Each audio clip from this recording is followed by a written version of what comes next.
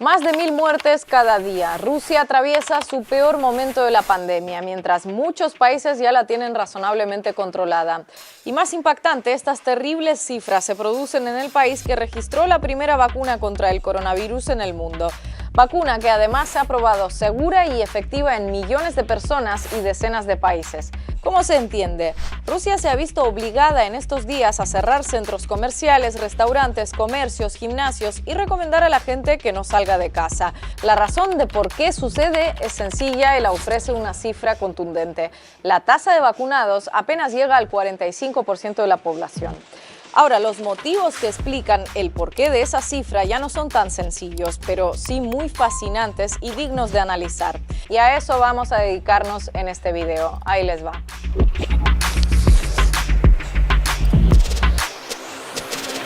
El país que dio con la primera vacuna contra el COVID en el mundo lo está pasando peor que muchos otros que no contaron con esa enorme ventaja de partida.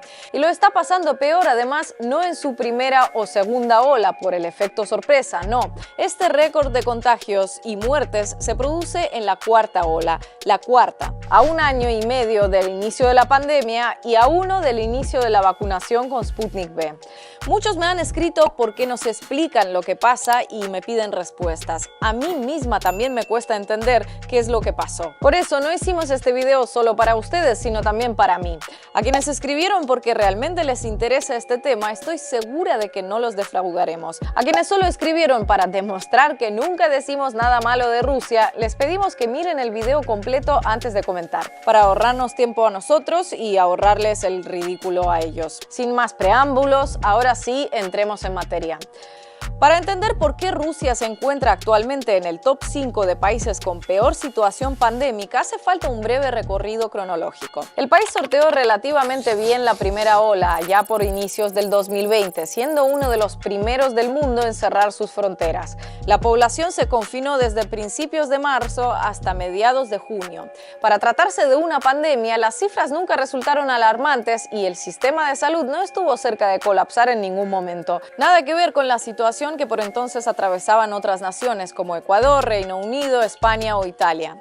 Así, en el verano de 2020 se empezaron a levantar las restricciones. La gente sintió que lo peor había pasado ya y la vida volvía paulatinamente a la normalidad. Y esa sensación de alivio explica en parte lo que vino más tarde, porque 2 meses después del fin de la primera y de momento única batería de medidas verdaderamente restrictivas por parte del gobierno ruso y de una ola que comparada con las de otros países parecía más de laguna que de océano, en agosto se anunció el registro de Sputnik V. Pero la buena noticia del relativamente bajo impacto de la pandemia en Rusia en la primera ola se convirtió en el caldo de cultivo perfecto para que las que vendrían después golpearan con cada vez más fuerza. De entrada, bastantes personas infravaloraron el peligro del coronavirus. Eso era todo. ¿Para qué vacunarme contra algo que apenas hizo daño en mi país? ¿Para qué cuidarse si mira la curva de contagios que va en bajada? Y ya no hay restricciones casi, apenas la mascarilla en el transporte público, espacios cerrados y poco más. Eso significa que ya es agua pasada, y así. En diciembre de 2020 se inició la campaña nacional de vacunación. Rusia fue uno de los primeros países del mundo en comenzarla y no había escasez de dosis, más bien al contrario. Cualquier persona de cualquier edad podía acercarse a una clínica o incluso a un centro comercial para recibir su dosis, sin anotarse previamente, sin lista de espera, de forma gratuita. Pero tras un primer impulso esperanzador, las colas fueron menguando. El grueso de quienes se quisieron vacunar lo hicieron entre diciembre, enero y febrero. Después, la tasa de vacunación se derrumbó. Y la población general siguió con su vida, sin apenas restricciones, sin presiones ni obligaciones ni nuevas medidas por parte del gobierno, tuvieran o no vacuna. Para cuando llegó la variante Delta a Moscú a mediados de 2021, ya era demasiado tarde. La vacunación obligatoria para ciertos sectores y la introducción de códigos QR para acceder a determinados espacios públicos cerrados se inició en Moscú y muchas otras regiones se sumaron. Pero la primera medida no cubría una parte importante de la población y la segunda se aplicó de manera intermitente apenas y por breves lapsos. De modo que la nueva variante del coronavirus siguió paseándose por Rusia como Pedro, o mejor dicho, como Piotr por su casa, hasta llevar a la nación a sufrir sus peores cifras desde el inicio de la pandemia. Bien, tenemos el qué, pero ahora vamos a profundizar en el por qué. Sabemos que hoy el porcentaje de rusos vacunados no llega al 50% y de ahí la actual situación, pero ¿qué lo provoca? Como con toda situación compleja, la explicación que hay detrás no es ni simple ni única. Antes comentábamos que hubo cierta subestimación del coronavirus por buena parte de la población. Este factor tuvo mucha importancia durante la primera ola y parte de la segunda, pero no sirve para explicar por qué incluso cuando las cifras de contagios y muertes baten récords a diario, el número de vacunados ha ido aumentando tímidamente y todavía muchos rusos se niegan a vacunarse. 1 de cada 8 rusos aproximadamente es antivacuna convencido, no solo respecto a las vacunas contra el COVID, sino la inmunización como concepto, según un reciente estudio. Una cifra similar a la de otros países. Además, algo más de la mitad de la población, sin ser contrario a las vacunas en general, cree que en este caso la vacunación está destinada al enriquecimiento de las farmacéuticas y de los médicos. Sí, en Rusia también hay negacionistas para todos los gustos, los que dicen que la pandemia no existe, los que dicen que es una gripezinha, o tal vez debería decir mejor gripchik, negacionistas que consideran que la genética rusa lo soporta mejor, negacionistas que defienden que no te afecta si tienes buena alimentación y buenos hábitos, etc. Pero cuidado, en conjunto no suponen la mitad de la población. Hay otros factores menos relacionados con la pandemia en sí, más de tipo histórico, cultural, que también tienen su peso importante en lo que sucede. Algunos de ellos son muy rusos, digamos, y no necesariamente en un sentido elogioso para nada. Según diversos estudios, 1/3 de la población rusa no se vacuna porque históricamente desconfía de cualquier iniciativa gubernamental. No importa si se trata de una campaña de vacunación, una votación electrónica, la implementación de restricciones o el levantamiento de las mismas, da igual.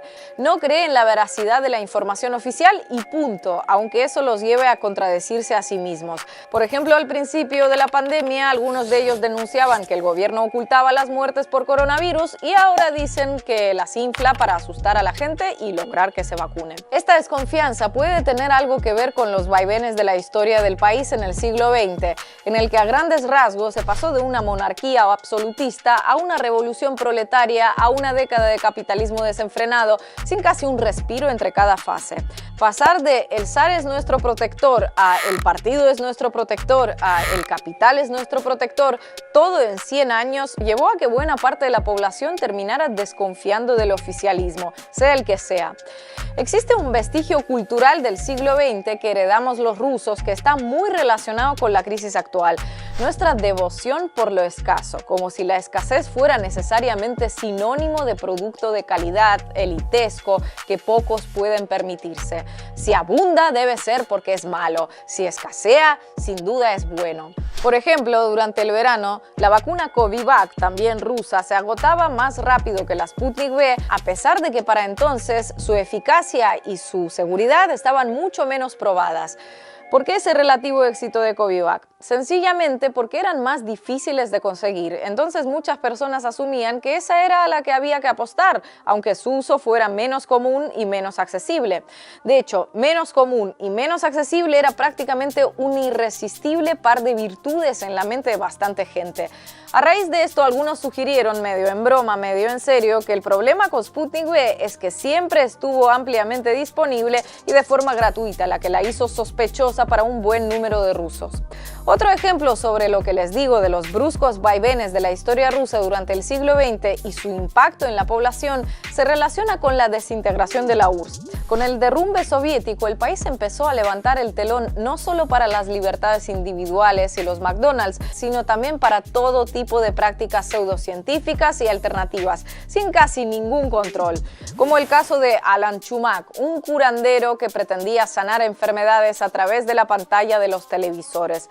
Aunque no la mayoría, bastantes de mis compatriotas crecieron poniendo tarros de agua frente a la tele para que el líquido adquiriera propiedades curativas gracias al campo electromagnético creado por la meditación en vivo de este chamán.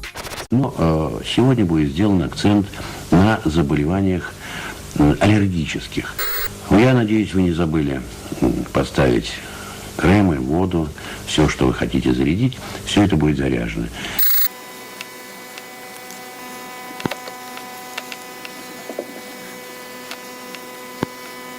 Pueden hacerse una idea de lo difícil que puede resultar convencer a la gente que integró su audiencia con argumentos científicos y lo fácil que puede resultar convencerlos con otro tipo de argumentos. Aunque los tiempos de las gotas electromagnéticas lagrosas ya pasaron, hoy los suplen los instagramers y todo tipo de influencers, cantantes, vedette, personajes olvidados dispuestos a propagar cualquier delirio en cualquier plataforma con tal de salir del olvido. Y fueron ellos quienes llenaron el espacio dejado casi en blanco tras la primera ola, cuando las autoridades sanitarias tal vez llegaron a pensar que lo peor ya había pasado y no era necesario insistir tanto con el tema de vacunarse. El que se quiera vacunar, que se vacune, el que no, pues mala suerte. ¿Por qué? Se preguntarán muchos, entre ellos yo, las autoridades rusas no decretaron la vacunación obligatoria o por lo menos no cerraron totalmente el acceso a lugares públicos bajo techo a los no vacunados.